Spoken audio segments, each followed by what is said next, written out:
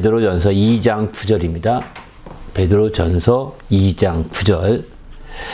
다 같이 읽으십시다. 시작. 그러나 너희는 택하신 족속이요 왕같은 제사장들이요 거룩한 나라요 그의 소유가 된 백성이니 이는 너희를 어두운 데서 불러내어 그의 기이한 빛에 들어가게 하신 이의 아름다운 덕을 선포하게 하려 하심이라. 아멘. 더덕의 일생 또 계속 나눕니다. 두 번째 시간인데 더덕의 씨에 대해서 초점을 두고 나누고자 합니다. 더덕의 씨와 더 덕을 세우기 위한 어떤 그런 말씀입니다. 이 더덕의 씨는 이제 우리가 잘 알다시피 그 바람에 그 퍼지는 과정을 쭉 보게 되면 바람에 참 영향을 크게 줍니다. 더덕의 씨는 바람의 영향이 크게 되고 바람으로 말미암아 이제 그 더덕의 씨가 날아가게 되거든요. 다른 씨에 비해서는 그래도 아주 바람을 영향을 받아서 많이 날아가게 되죠. 날개의 특징이 바람을 잘 이용할 수 있도록 날개가 있다는 겁니다. 씨에는 날개가 있습니다. 아마 여기 한번 보시면 알 것입니다. 씨에는 날개가 있어요. 이렇게 날개가 있어서 날개를 타고 날아가거든요. 근데 씨방에 있다가 그게 씨방이 열리면서 그 열린 씨방이 바람을 통해 샥 날아갑니다. 그렇게 해서 날아가는 아마 그런 과정을 보게 되는데 그렇게 해서 결국은 씨가 또 굉장히 이제 그 바람으로 날아가는데 이처럼 우리가 덕을 세운다는 것도 거의 한번 생각을 해본 거예요. 이 더덕의 씨가 이렇게 퍼져가는 과정을 보면서 우리가 덕을 더 이렇게 영향을 끼치려면 어떻게 해야 될까? 덕의 영향을 더 많이 끼치기 위해서 가장 필요한 것은 더덕의 씨처럼 우리가 하나님의 바람을 잘 타야 되겠다는 것이죠. 하나님이 불어주시는 방향을 따라서 함께 이렇게 나가야지. 하나님이 불어주는 방향을 이제 동해에서 서로 불어주는데 우리가 거꾸로 역풍을 맞으면 날아갈 수가 없거든요. 그 바람을 따라서 이렇게 날아가게 되는 거죠. 그래서 더 덕을 끼치게 되는 거죠. 그래서 이 하나님의 바람이라고 할 때 가장 대표적인 것이 이제 요한복음 3장 8절에 보면 바람이 임의로 불매 내가 그 소리는 들어도 어디서 와서 어디로 가는지 알지 못하나니 성령으로 난 사람도 다 그러하니라 이렇게 말하거든요. 성령의 역사를 바람의 역사로 성경은 이렇게 표현하고 있습니다. 바람이 임의로 불매 어디로 보는 것 같다 이렇게 비유로 성령으로 난 사람들에 대해서 이렇게 얘기하고 있는 거거든요. 이런 측면에서 볼 때 우리가 신앙에 육신적인 덕을 끼치는 건 또 다른 문제지만 신앙에 덕을 끼치기 위해서는 바로 무엇보다 성령의 그런 바람을 잘 타야 된다는 거죠. 성령의 바람을 잘 이용할 수 있는 그런 날개라고 할까요? 그런 영감이 있어야 되는 겁니다. 그래서 마침내 성령이 어디를 부는지, 성령이 어떻게 역사하시는지, 성령이 어떻게 인도하는지를 자기가 감지할 수 있을 때 그런 방향으로 날개를 틀어서 그 날개를 타고 가는 거예요. 이렇게. 그게 덕이 되는 거예요. 그렇지 아니하고 인간적인 면에서 사람들에게 덕을 끼치려고 하는 사람들이 많은데 이것은 정치꾼들이나 하는 것입니다. 세상의 대부분이 정치하는 사람 얼마나 총선 바람 불고 또 선거 바람 불면 얼마나 덕을 끼치려고 몸부림치는 거 아시죠? 다 선거 때마다 그들은 다 내가 머슴입니다, 종입니다 막 난리 피면서 나 좀 불려주십시오. 그냥 당선만 딱 되고 나면 이제 내 말 들어 이런다고요. 이 말도 안 되는 거죠. 그런 것들은 국민 소환을 해야 되고 주민 소환을 해서 빨리 낙하시켜야 되는 거예요. 국민 소환제가 꼭 필요합니다. 헌법 개정을 해서. 또 이제 지방 조례를 개정해서 주민 소환제를 해야 합니다. 왜? 그 약속을 자기가 약속한 것들을 어길 때 3가지 이상을 어기면 그때 즉각으로 이렇게 딱 하는 거죠. 자기가 그 약속을 지키지 못할 때는 내가 이제 못했다 이렇게 말하지만 근데 못할 때는 내가 볼 때 3번 기회를 주는 거예요. 삼진아웃 시키는 거예요. 네? 네? 이렇게 해서 소환제가 돼야 되지 않을까 생각이 들 정도예요. 그 세상은 그래서 선거 바람 불면 막 엄청나죠. 뭐 돈 엄청 쓰지 않습니까? 그러나 이제 세상의 그런 그 한때일 뿐인 겁니다. 그 세상적인 덕을 끼치는 방향으로 나가면 그 선거 바람처럼 한때로 끝나버립니다. 한때로 끝나버려요. 부재 바람 불면 또 한때로 끝나버리고, 누가 섬기는 바람 불면 한때로 끝나버리고, 세상에 어떤 그런 바람이 있지 않습니까?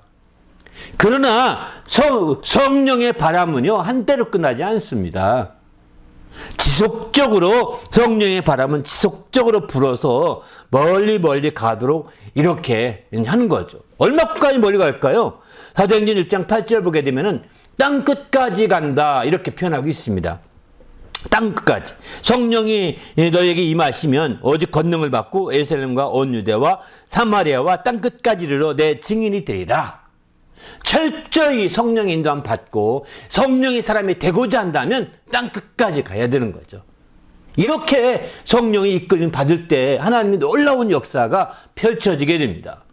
바로 우리 모두도 주님 안에서 성령의 인도함 받아서 이렇게 멀리 정말 땅 끝까지 가서 덕을 끼치는 성도가 되시길 바랍니다. 저도 이제 지구 반대편에 이렇게 오게 됐잖아요. 이게 한국 지구의 반대편이죠. 이제 완전히 거의 12시간 차이 나니까. 그러니까 이렇게 정말 우리가 오게 된 것도 하나님의 역사예요. 정말 저는 감사하게도 제가 여기 오기까지 제 비행기 값과 저희 온 가족 비행기 값 제가 돈 쓰지 않았습니다. 하나님이 보내주신 거죠. 이렇게 하나님이 역사하신 대단한 거예요. 그리고 지금 여기 사는 것도 마찬가지죠. 이 모든 게 성령의 인도라고 확신합니다. 저는 나름대로 그래도 성령 인도 받으려고 몸부림쳐갖고 그거 주님이 조금 인도해 주신 것 같아요. 이제부터 또 성령 인도를 얼마나 더 받느냐, 이거에 따라 또 땅끝까지 또 가게 되겠죠. 그 제 갈 땅끝은 북한이라고 생각하고 있습니다. 북한을 가게 된다면 이건 또 성령의 인도죠. 이거는 뭐 사람의 뜻으로는 어렵습니다. 아무튼 이렇게 덕을 끼치는 모든 일에 이렇게 우리가 성령의 인도를 받는다면 이루어집니다. 생각하지 못했던, 저도 북한 생각하지 않았습니다. 원래는 제가 선교하려고 했던 것은 러시아를 갈까 해서 러시아 바람이 한참 불었었거든요. 그러다가 러시아 바람이 딱 끝나고서 이제 한 4, 5년 동안 그냥 집중했죠. 그랬더니 하나님이 반대편으로 바람을 불어주시더라고요. 지금은 이 캐나다는 러시아 반대편이죠. 이렇게 반대편으로 불어서 여기까지 왔는데 하나님이 또 어쨌든 성령의 인도하심에 민감하게 원할 뿐입니다.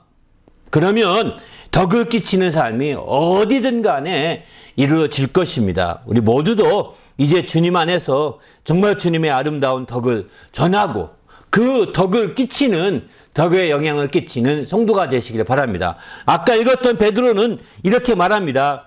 정말 우리가 복음을 전한다는 표현을 이렇게 아름다운 덕을 선포한다 이렇게 표현하고 있습니다. 단순하게 복음을 전한다 이렇게 생각하지 않습니다. 복음을 전하러 땅끝까지 간다 이렇게 표현하지 않고 그분의 아름다운 덕을 선전하게, 개역 성경은 선전한다 이런 표현을 쓰는데 개역 개정판 성경에서는 아름다운 덕을 선포하게 하려 함이라 이렇게 표현하고 있는 것이죠.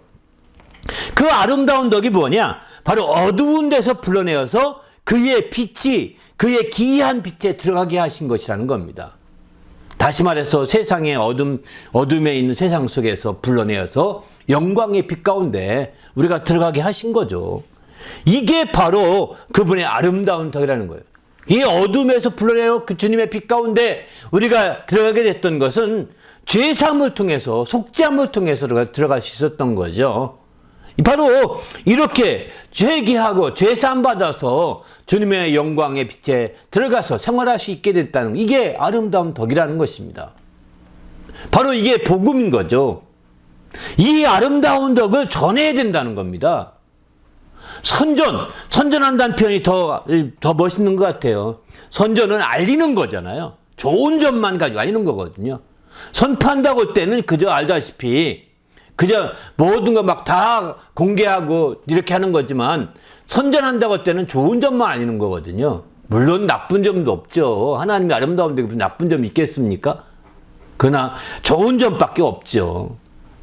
그런데 서양 사람들이 볼 때 이제 부정적으로 이해할 수 있는 부분이 없잖아 있기 때문에 좋은 점만 정말 더 먼저 알리는 거죠. 이런다면 보세요. 예수 믿으면 복음과 함께 고난을 받습니다. 그럼 누가 예수 믿으려고 할까요? 고난을 받습니다. 그래도 믿을 사람 믿습니다. 그런데 이제 복을 누리게 됩니다. 행복해집니다. 예수 믿으면 정말 생명을 얻습니다. 예수 믿으면 치료를 받습니다. 예수 믿으면 이제 주님의 부여를 누릴 수 있습니다. 이렇게 주님이 그 고난을 받으심으로 주님께서 베풀어 주신 모든 은혜를 전하는 거거든요. 이건 좋은 점이에요. 그리고 나서 은혜 받아 은혜를 전하는 자들에게 바로 이제 복음과 함께 고난도 받아야 합니다. 복음과 함께 고난도 받는 자가 돼야 되는 거죠 하면서 이렇게 고난 얘기하는 거죠. 처음부터 고난으로 막 들어가면 그냥 몰라 무서워 못 가겠어 이렇게 얘기하기 쉽죠. 우리는 주님 안에서 어쨌든 우리가 이렇게 적극적으로 정말 주님의 아름다운 데 전하길 바랍니다. 특별히 너희는 택하신 족속이요 왕같은 재앙이요 거룩한 나라요 그의 소유된 백성이다 이렇게 말하죠. 그런데 우리가 이 아름다운 덕을 못 전하는 가장 큰 이유가 있습니다. 그건 뭘까요? 그거는 바로 씨앗으로 알곡 같은 씨앗이 안 된다는 뜻입니다. 씨앗이 알곡처럼 정말 해야 그 날개도 더 튼튼하고 이렇게 되는 거죠. 그렇지 않으면 안 되는 겁니다. 날아갈 수가 없는, 영향을 끼칠 수 없는 겁니다. 알곡 같은데 알곡처럼 돼야 되는데 알곡이 뭐냐? 여기 읽었던 베드로는 말합니다. 알곡 같은 게 알곡이 택하신 족속이라고 하는 확신이 있냐 이거죠. 또 왕 같은 재앙이라고 하는 확신이 있냐는 거죠. 거룩한 나라라고 하는 확신이 있냐는 거죠. 그분의 소유가 된 그분의 백성이라고 하는 확신이 있냐는 거죠. 이것이 네 가지의 확신을 가지면 우리는 아름다운 덕을 전하지 않을 수 없습니다. 이런 확신이 부족한 겁니다. 알곡이 되지 못하고 오히려 쭉정이 같아서 바람에 날아가긴 했는데 거기서 더덕이 자라지가 않아요. 왜? 알곡이 안 됐으니까 싹이 안 나는 거예요. 다음에 또 싹 얘기하겠지만 싹이 나지 않는 겁니다. 알곡이 돼야 싹이 트는 거거든요. 바람에 날아가도 이제 알곡이 돼야 싹이 나는 거죠. 알곡이 안 돼도 싹이 안 납니다. 택하신 족속은 확신이 있으십니까? 나는 택하신 족속이다. 여러분 한 사람만 보지 마십시오. 내 속에요. 내 허리에 족속이 들어있습니다. 내 허리에 족속이 들어있는 거예요. 여러분 요즘에 결혼 안 하는데 당신은 족속이 다 말살되는 겁니다. 혼자 당신 마지막으로. 그건 말살되는 거예요. 결혼 안 하게 되면. 허리에 있는 족속들이 다 말살되는 거예요. 한 명당 하나로 끝나버리는 거예요. 주님은 그래서 허리에 있는 정말 그 족속들이 우린 봐야 됩니다. 나 혼자가 아닙니다. 너와 내 족속. 모든 족속. 나는 택하신 족속이다. 아브라함이 처음에 정말 이삭을 낳으면서 너희가 큰 족속이 되려 할 때 믿었습니까? 아브라함은 믿었잖아요. 그런데 다른 사람은 안 믿잖아요. 이렇게 우리는 지금 우리가 정말 큰 족속을 생각하면서 우리가 나는 하나님이 택하신 족속이 내가 혼자서 여러분 저도 이런 생각할 때 있습니다. 세상이 말세가 돼서 예수 믿는다는 게 참 어렵구나 이런 생각을 하면서 얼마나 다음 세대가 몇 세대까지 예수 믿을까 막 이런 생각이 들거든요. 북한 같은 데는 그래도 막 5세대까지 막 그 공산주의 치하에서도 막 4세대, 5세대까지 예수 믿고 간증하고 또 지하교회 성도들 간증하는 거 들어보세요. 정말 다 나옵니다. 다 나와요. 1907년에 이제 평양 대붕해가 있었죠. 1907년 그 1907이라고 하는 그 유튜브를 찾아보시기 바랍니다. 1907년. 정말 그분 김북한 목사라고 표현하는데 그분 스스로가 김성근 목사인데 이분이 정말 그 지하교인들을 다 나온 탈북한 사람들을 다 해서 인터뷰한 내용들을 쭉 올려주고 있는데 전 굉장히 감동 깊게 듣고 있거든요. 왜? 하나님이 때가 되면 북한에 갈지도 모르는데 미리 북한 상황 알아야 된다 이런 생각 때문에 자꾸 듣고 있는데 정말 우리는 모를 일이에요.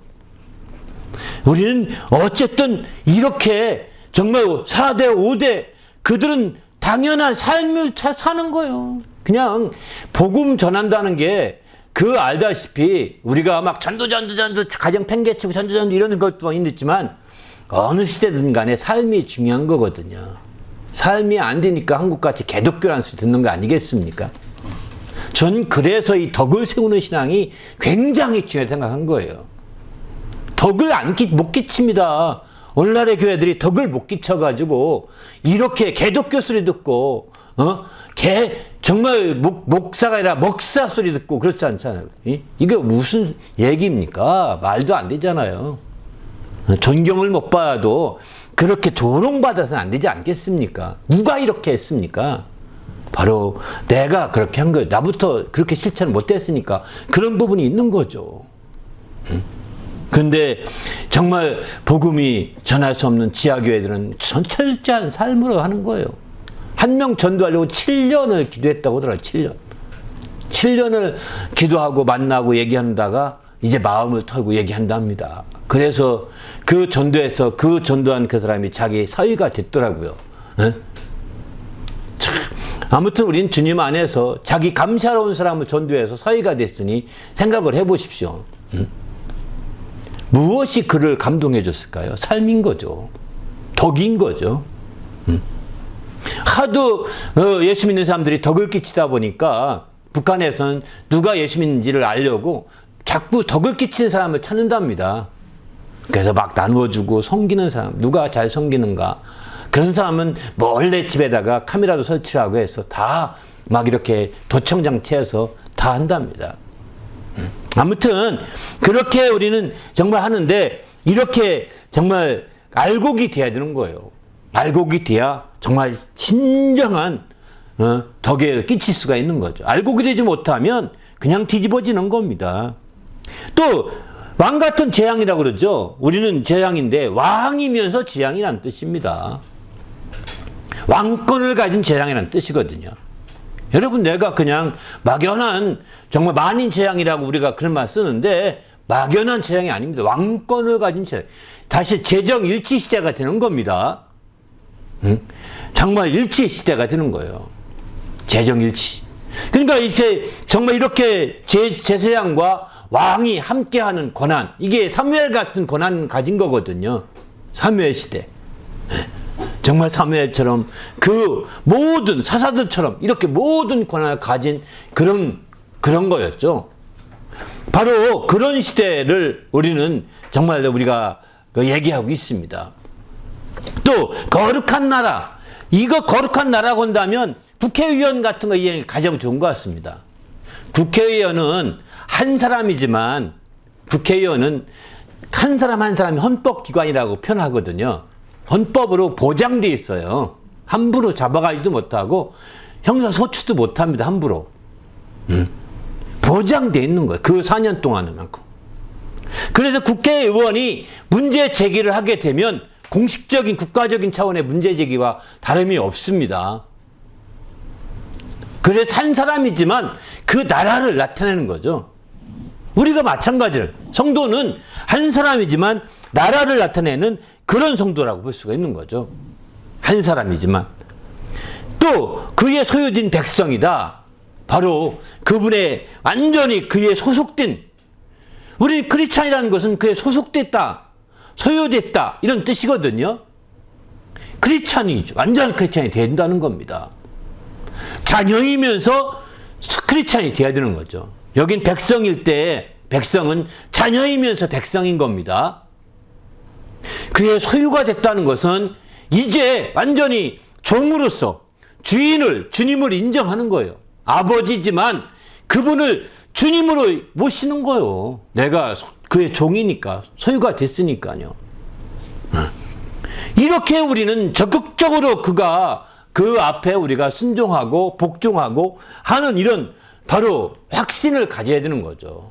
이렇게 네 가지의 확신을 가질 때 우리는 정말 그리스도의 완전한 역사를 전하고 알릴 수 있는 계기가 된다고 이렇게 말씀하고 있습니다. 우리 모두도 이제 주님의 아름다운 덕을 온전히 정말 땅끝까지 선포할 수 있길 바랍니다. 할렐루야. 그냥 형식적으로 하는 것이 아닙니다. 실제 여러분이 이제 성령의 인도를 받고 성령의 사람이 된다면 우리가 여러분 어느 날 정말 땅끝으로 당신의 방향이 옮겨지고 있을 것입니다. 당신이 성령의 인도를 받아 땅끝까지 복음을 전하시게 해달라고 기도하는 이상 반드시 갈 수 있는 길과 환경이 열릴 것입니다. 그러나 당신이 그런 말씀 들어도 나 상관없어, 난 기도 안 해, 이런 사람들은 가라기도 못 가죠. 쭉정이 같은 씨앗인 것이죠. 이런 사람은 덕을 끼치 못하고 이런 사람은 개독교로 만들 것입니다. 기독교가 아니라. 그가 덕을 끼쳐야 정말 기독교로서 역시 기독교인이구나, 정말 이렇게 크리스찬이구나라고 이렇게 알릴 텐데 그럴 기회를 다 놓쳐버리는 거예요. 왜? 말씀을 따르지 않기 때문에. 그의 소유된 백성으로 그에게 순종해야 되는데 순종하지 않기 때문인 거죠. 자기 길로 가겠다는 거예요. 가세요. 당신은 쭉정이 같은 씨앗이어서 마침내 당신에게 싹이 나지 않을 것입니다. 그리고 당신은 이제 어느 날 버려질 수 있는 거죠. 얼마든지. 우리는 항상 우리가 이 땅에 살면서 그냥 무엇을 먹고 살 것인가? 다 먹고 삽니다. 그거 걱정할 필요가 없습니다. 저도요, 연태까지 오직 예수만 전하고 예수인만 했고 이렇게 직장에 직자도 몰라요. 저는 아르바이트 3개월 한 거 외에는 없었습니다. 그리고도 잘 먹고 잘 살았어요. 제가 이렇게 굶는 적이 없습니다. 이건 다 하나님의 역사예요. 무엇을 먹을까 고민하지 마세요. 무엇을 직업할까 고민하지 마세요. 주의 뜻대로 순종하는 게 가장 중요한 덕을 끼치는 첫 번째 길이거든요. 왜? 그의 소유된 백성이기 때문입니다. 그리고 마침내 정말 내 허리에 있는 수많은 자녀들, 나는 택하신 족속이다. 또 나는 정말 왕권을 가진 재정일치의 그 왕권을 가진 제사장이다. 나는 거룩한 나라, 국회의원같이 한 나라에 정말 대표하는 거룩한 나라의 대표 대사다 이거죠. 이렇게 우리가 생각을 한다면, 이런 확신이 있다면 어디 가든 덕을 끼치러 가죠. 미국 대사들이 나가서 자기 나라 막 홍보하잖아요. 이게 덕을 끼치고 선전하는 거거든요. 대사들이 가서 막 자기 나라 좋은 걸 다 계속 홍보하지 않습니까? 홍보. 선전하는 거죠. 우리도 이렇게 주님의 아름다운 덕을 홍보하시길 바랍니다. 할렐루야.